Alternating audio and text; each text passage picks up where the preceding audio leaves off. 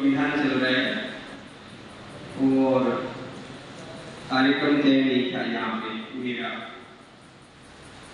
लेकिन क्या है कि स्वार्थी आदमी, स्वार्थ बस इतना ही है कि कम समय में ज्यादा लोगों से मिलने का तरीका यही होता है। जैसे आज के कार्यक्रम में आ गया, अब लाभ इसका इतना है कि आप मुझे याद रखोगे कि नहीं रखोगे, मतलब मुझे तो आप सबके नाम और चेहरे याद नहीं रहेंगे, लेकिन आपको जरूर याद रहेंगे। क्या आपको एक दो ही नाम याद करने होते हैं, तो कोई बहुत ज्यादा भाषण नहीं है, लेकिन मंच पे जो बैठता है ना उसको सामने वाले सब दिखाई देते हैं। तो बैठे बैठे मैं देख रहा था कि ताली तो बज रही थी, लेकिन 5-10 लोग फिर भी ताली नहीं बजा रहे थे। और दीपक जी कह रहे थे कि एनर्जी नहीं है क्या, तो आप ईमानदारी से बताना सुबह सुबह कुछ खाके भी आए हो कि नहीं आए हो? अगर खाके नहीं आए हो तो एनर्जी कहां से आएगी? तो सफल व्यवसायी कैसे बनना है वो बता दीजिए। आप में से किसी ने लंबी कूद कूदी है क्या, या देखी है क्या? अच्छा, लंबी कूद के बारे में नाम सुना है तो आप बता दो। लंबी कूद करते हैं दौड़ के आते हैं, फिर कितना लंबा कूद सकते, किस किस ने देखी है या सुनिए? अच्छा, फिर तो मुझे लगता है कि राजेश जी से कह देता हूँ कल सुबह प्रार्थना के बाद एक बार सबको लंबी कूद करा, कम से कम ध्यान तो रहेगा कि लंबी कूद किसे कहते। नहीं सुनी है? चलो आज आपको प्रैक्टिकल कराता हूँ लंबी कूद कैसे करते। आओ भाई 3 बच्चों आप देखो। हाँ, आता है बंदा या जो पीछे से दौड़ के आता है और फिर वो कूदता है, कौन सा आता है? इसीलिए पीछे बैठे थे दोनों हमारे भाई साहब, तो क्या आगे जाना था ना, इसलिए पीछे से भाग के आना था।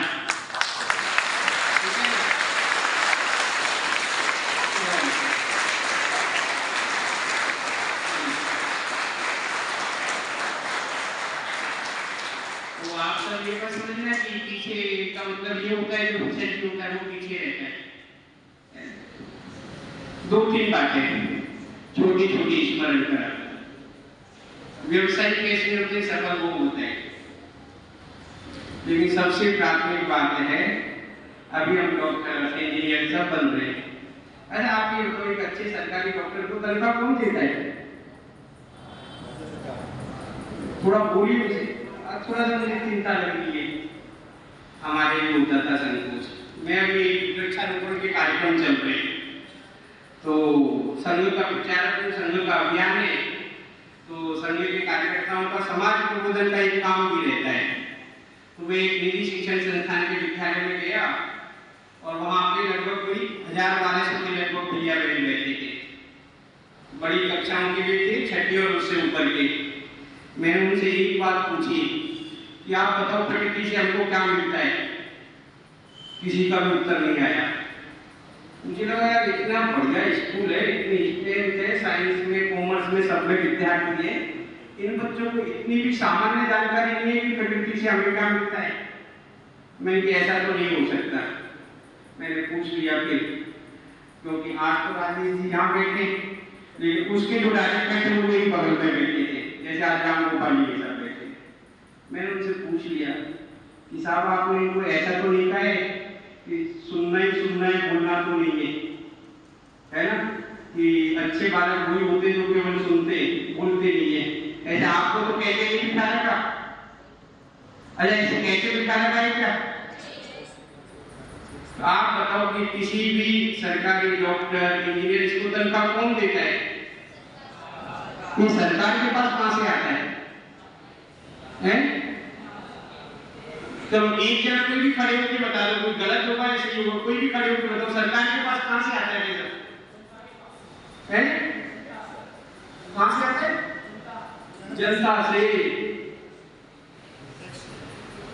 तो कुल मिला के हम सब जो देते हैं ना उससे सरकार उनको तनख्वाह देती है। अगर हम सब देना बंद कर देंगे तो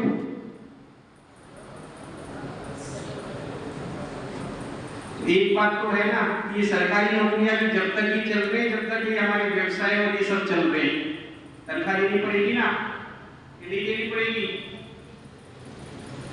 इसलिए केवल सरकारी नौकरियों का महत्व नहीं है, उनको भी जो वेतन देना है वो भी हम सब के माध्यम से जाना है, जो हमारे उद्योगपति और हम सब टैक्स भरते हैं उससे। एक बात तो हमको बनना है ना, कहा कि सपने तो देखने ही है, तो एक अच्छा आदमी बनना है, सफल व्यवसाय के साथ एक अच्छा आदमी बनना है। और क्यों जरूरी है? ये जो बात चल रही है ना, स्वावलंबन की बात चल रही है, उसका पीछे का हेतु समझिए। भारत सोने की चिड़िया था। अच्छा, जिसको मालूम है भारत सोने की चिड़िया थी, ऐसे हमने सुना है, वो हाथ खड़ा करो। अब जिसने हाथ नहीं खड़ा कर रखा उसको क्या माना जाए? उसने ये भी नहीं सुना क्या है? क्यों था? क्योंकि कुछ लोगों के सामर्थ्यशाली होने से भारत वापिस सोने की चिड़िया नहीं बनेगा। जब पूरा ही देश समाज यहाँ पे रहने वाले जब सामर्थ्यशाली बनेंगे, जब ही भारत सोने की चिड़िया बनेगा। इसलिए कुछ नौकरियों से नहीं होगा, है ना, कुछ नौकरियां होंगी, कुछ व्यवसाय होंगे, कुछ रोजगार होंगे। तो ये है, ये सबके मन में इच्छा है ना कि भारत को सोने की चिड़िया बनाना है। अच्छा, किस किस की इच्छा नहीं है वो हाथ खड़ा करो।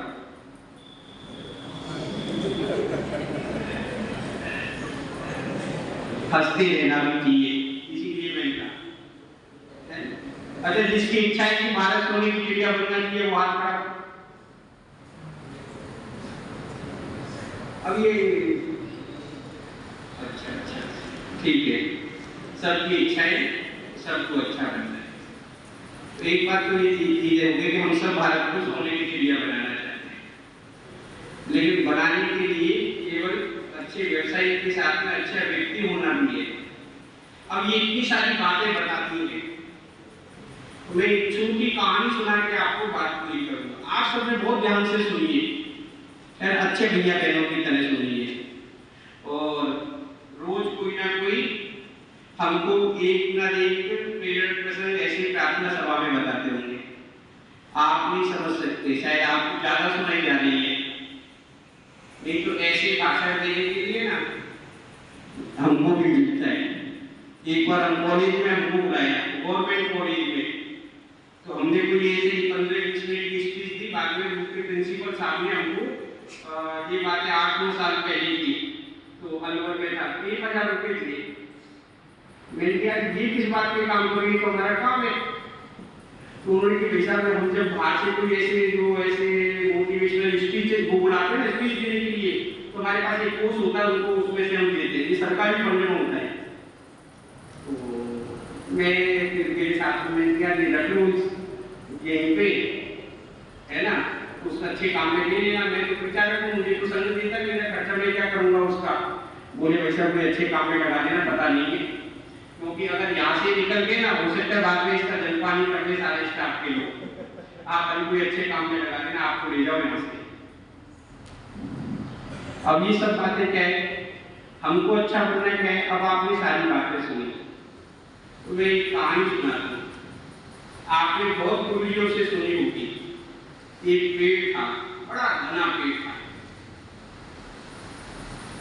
घना पेड़ के तो बड़ा पेड़ होता है, तो उसमें बहुत सारे पक्षी रहते हैं। आप पक्षियों के नाम बताओगे क्या? कौन कौन से पक्षी होते हैं? इधर से बताओ, इस लाइन में से 2 नाम बताओ पक्षियों के, बताइए बताइए। नहीं, नीचे भी सुनाई देगी, खड़े होकर बताओ, नहीं तो हमको ये लगेगा कि आदर्श विद्यालय में क्या पढ़ाया जाता है, लेकिन इनको पक्षियों के नाम नहीं मालूम है। मोर, बैठकर, कौन खड़े होकर बताओ, चिड़िया, ठीक है। अब इधर से कुछ नाम बताओ, तोता, बताओ इधर से, कबूतर, ठीक है। कुल मिला के ऐसे बहुत सारे पक्षी उस पेड़ पर रहते थे।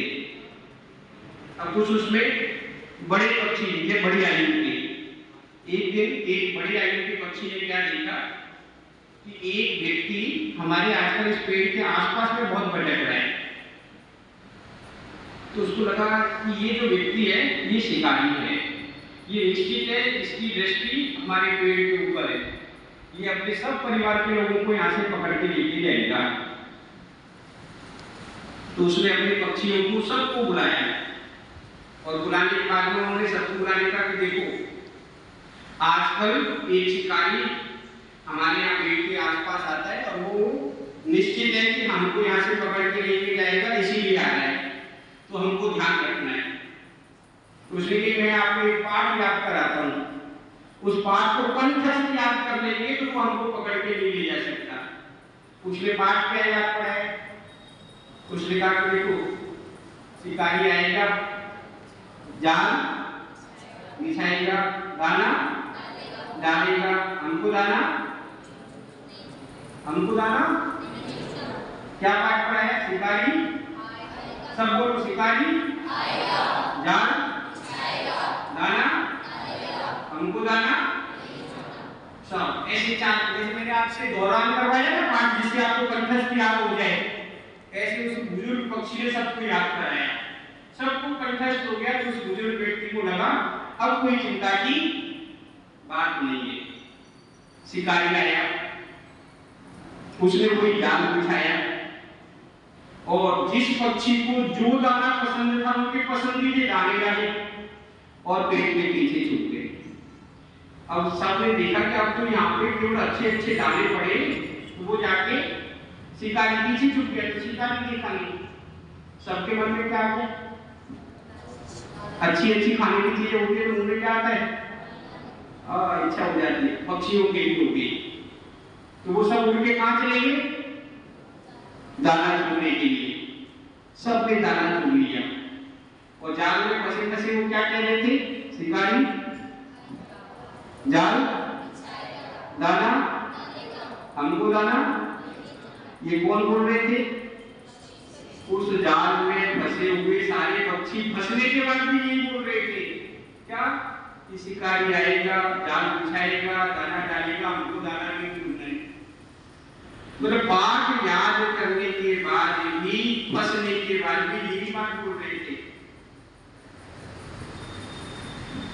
आप बताओ आप पाठ कैसे याद करते हैं? ये इतनी सारी बातें जो सबने बताई है, उन पक्षियों की तरह पाठ याद करना है क्या?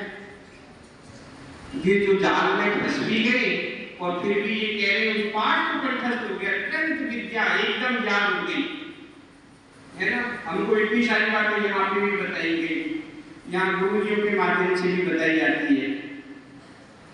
तो सफल व्यवसायी, सफल विद्यार्थी, है ना, सफल व्यक्ति वही होता है जो अच्छी बातें याद करने के साथ में उनको अपने जीवन में अपनाता है। जब हम उसको जीवन में अपनाते हैं, जब हम सफल व्यक्ति बनते हैं। तो आज तो बहुत बड़ी बात है, इन छोटी छोटी बातें हमको जो सिखाई जा रही है, एक सफल व्यक्ति बनने के लिए उन बातों को हम याद करें, उसके प्रकार से हम जीवन जिए। ये बात पाठ हमको उन पक्षियों की तरह याद नहीं करना है, कंठस्थ करने के बाद में कैसा जीवन जीना है, इतना आप सबसे एक